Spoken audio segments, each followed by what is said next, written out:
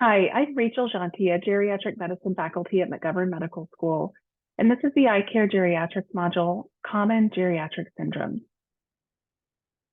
Our objectives are for students to be able to identify common geriatric syndromes that may impact the quality of life and the other 4Ms in older adults and their clients, and to be able to provide basic counseling and resources for your clients on prevention and behavioral management of these common geriatric syndromes. So what are geriatric syndromes? Syndromes in general are a group of signs and symptoms that characterize some type of underlying physiologic process. So it's a collection of symptoms that older adults might experience as a result of the physiologic changes of aging and the stressors that they are experiencing. And it looks a little bit something like this. So as we have an increase in our age, we have a decrease in the functional reserve of our overall body and each organ system. Doesn't result in disability. Normal aging does not result in disability, but it does decrease our reserve capacity for coping with stress.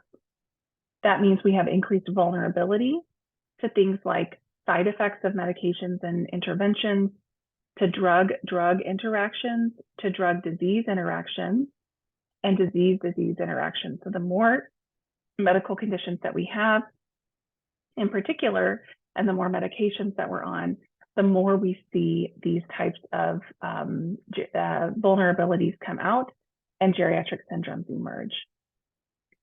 So here are some examples of some common geriatric syndromes that we see. We've talked about a number of these as we've talked about the different 4Ms during this module. And now we're going to focus in on a few additional ones that your older clients might be experiencing and that you can give them some guidance on. First, let's start with insomnia. Insomnia can be defined as difficulty falling asleep or staying asleep. It can affect your energy, your mood, cognition, and your physical function. It can be very debilitating. And you're at higher risk for insomnia with advancing age due to changes in circadian rhythm and the amount of time that you spend in various stages of the sleep cycle. And this is independent of any medications or medical conditions that you have that might also exacerbate your ability to sleep. So now let's talk about ways that we can address insomnia if somebody is experiencing it. And this is how you want to advise them to talk to their healthcare providers and to think about what might be causing the issue for themselves. So at the very top, first would be to optimize sleep hygiene. So if you are taking daytime naps, you have to stop that. If you sleep during the day, you are not going to be tired at night. In addition, exercise. So the more energy you expend during the day, the more likely you are to want to pass out whenever nighttime comes around.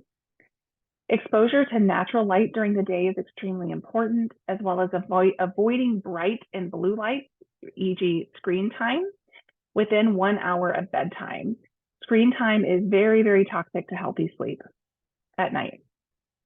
Bed should only be used for sleep or sex. Using it for other things creates associations in your brain that the bed is used, for example, for reading or watching TV or scrolling on your phone.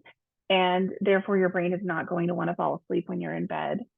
And you want to keep a consistent bedtime routine. Try to go to bed at the same time every night, wake up at the same time every morning. The second thing that you can do is talk to your doctor or healthcare provider about your medications and your diet. So look at your medications, review them with somebody. You want to make sure that you are avoiding stimulants and diuretics, in particular after dinner. So anything that's going to make you pee or make you stay awake, make you a little bit more alert, is not going to be something you want to take before bed. In addition, you have to think about your diet. Things like caffeine in coffee, tea, soda, chocolate, often not realized, high sugar desserts, alcohol, any of these things after dinner are going to increase your risk of being a little bit more alert and have more difficulty falling asleep, or cause you to have urinary frequency overnight, which is going to wake you up throughout the night, and then you might have difficulty falling asleep. You want to optimize all of the medical conditions that might be contributing to insomnia. This is means talking to your healthcare provider. If you have leg swelling or edema, when you lay down at night and you elevate your legs, all that fluid goes back into your system, straight to your bladder, and it's going to make you pee all night. How do you address that? The easiest way is to wear compression stockings during the day, so that when you go to bed at night, you take those off and you don't have as much leg swelling, you don't have as much fluid being mobilized into your bladder. If you have overactive bladder, minimizing fluids after dinner and emptying your bladder before bed will be helpful. Managing anxiety is extremely important. And then being tested for sleep apnea, if you're at high risk for this, might be important as well. One note would be that you want to avoid taking sedating sleep medications. And the reason for this is that the risk probably outweighs the benefit for you and will lead to complications in other parts of your life and affect the other 4 M's. Most sleep aids increase the risk of not just nighttime sedation, but also daytime sedation, falls, and cognitive impairment, and you don't want that. So avoid prescription sedating medications and over-the-counter sleep aids, especially those that are anything that's labeled PM, like pain medication, PM, for example. The one exception to that would be over-the-counter melatonin, which is a natural analog to the substance that your brain uses to maintain circadian rhythm. Okay, let's talk about constipation. Constipation can cause lower back pain or buttock pain, abdominal pain, nausea, lack of appetite, and urinary problems. And it's a higher risk with age due to changes in gut motility and increased medication use.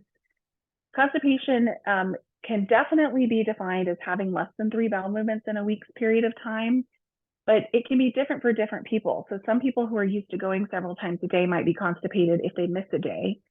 And for other people, going 3 times a week is actually normal for them. So for sure, if they're experiencing any of these symptoms, it would make me think about constipation as one of the causes.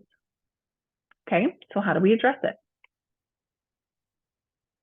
Number 1, lifestyle modifications. These are relatively easy things that people can do. Staying hydrated, drinking plenty of water, avoiding things that dehydrate them like diuretics, caffeine, things that make them pee a lot. Exercising will help stimulate the bowels to move things through. It also means that you're vertical and you're allowing gravity to help move things through your GI system. And then increasing fiber intake will help move things through. That includes things like fresh vegetables, fruits, and whole grains.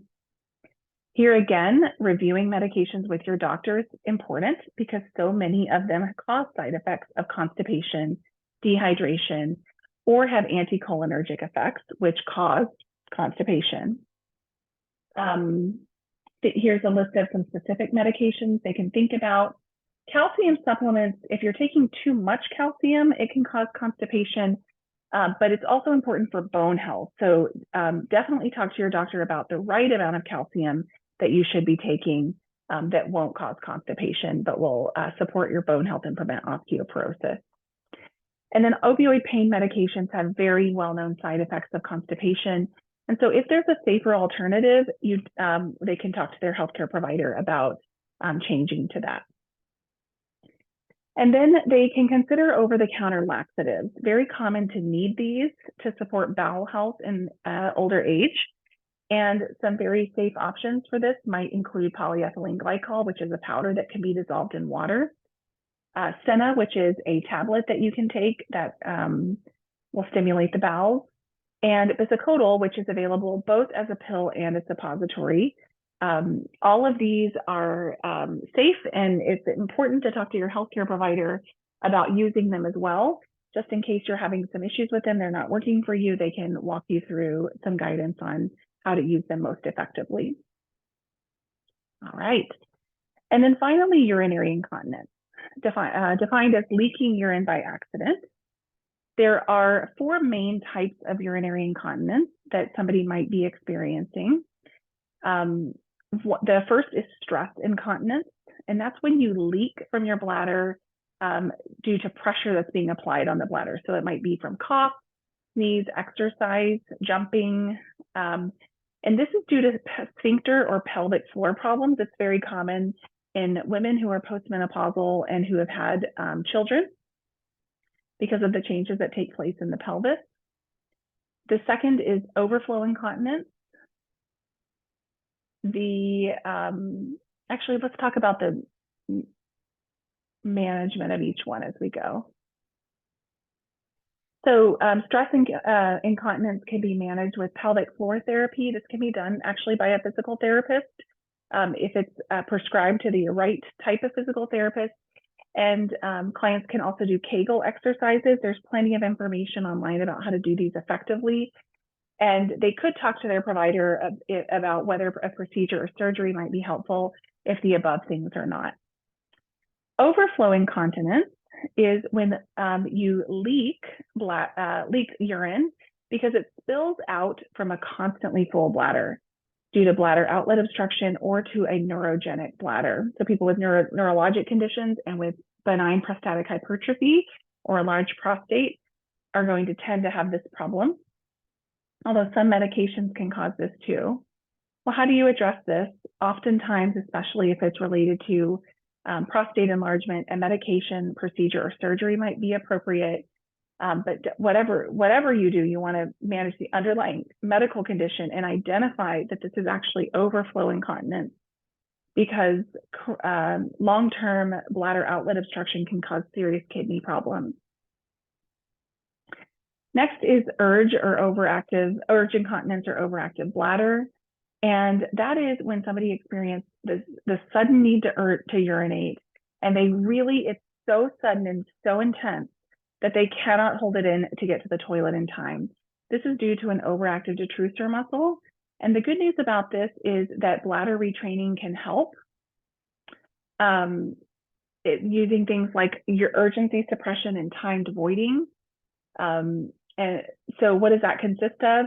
So it consists, and this is also, by the way, in the client resources, this would consist of things like when you feel the urge to remain calm, rather than becoming anxious and running to the bathroom, remaining calm, focusing on the sensation that you're feeling, holding it in, knowing that it's going to come on you like a very intense wave and it's going to pass. And then once it passes, calmly walk to the restroom and use the bathroom. Also timed voiding, so urinating every 1 hour, stretching it out then to every 2 hours, to every 3 hours, and eventually to every 4 hours, or as far out as you can stretch it. This will retrain the bladder to not be so overactive. Medications are available for this, and they might be offered these by providers, and they should be aware that some of them carry risk of falls and cognitive impairment and are on that hot list of high-risk, potentially inappropriate medications. So they would definitely want to ask questions to their providers about the risk and benefit. Finally, functional incontinence is the one in the very bottom. And this is where somebody has a normal bladder, but they really can't make it to the bathroom on time because they've got impaired functional ability or mobility impairment. And this can be really, really hard. And it's part of the challenge of mobility impairment. And the solution to this is to optimize mobility using things like physical therapy or exercise, mobility assistance using devices if necessary, and timed voiding may also help too, so that they are able to have somebody with them to mobilize to the bathroom in a calm fashion, rather than being in a position where it comes on suddenly and they can't get to the bathroom because there's nobody there to help them.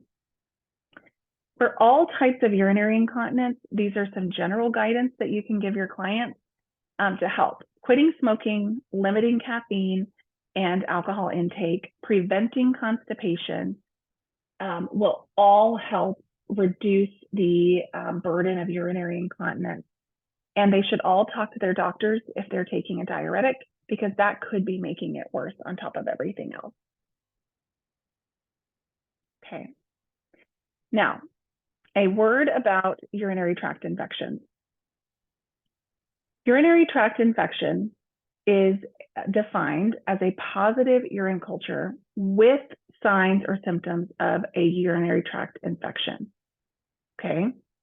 Contrast that with something that is very common in older adults called asymptomatic bacteriuria.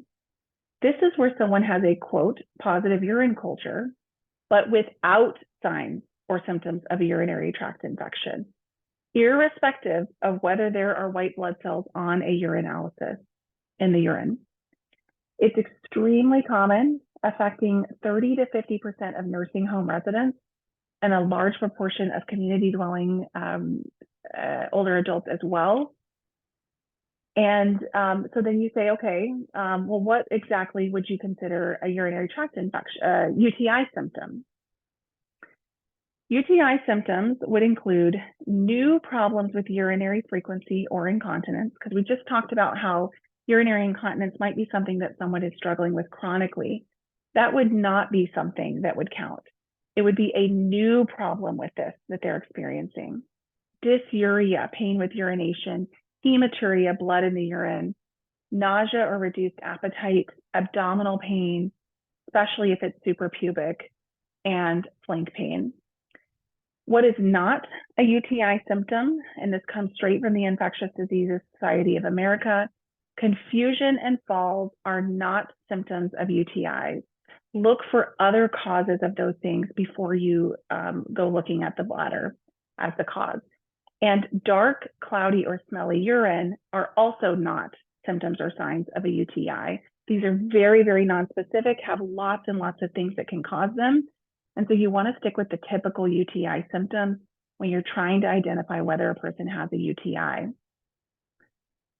The problem, and the reason this is such an important distinction, is that treatment of asymptomatic bacteriuria, when you think it's a UTI but it's not, increases the person's individual risk of antibiotic-resistant organisms and severe infection down the line.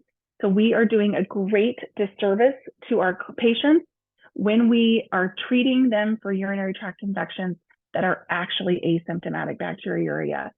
But furthermore, if you treat it like it's a UTI when it was actually, when the fall or confusion or other nonspecific symptom was caused by something else, even if it was a fever, for example, you might miss the actual cause of the infection if you assume that it was the bladder in the absence of bladder symptoms.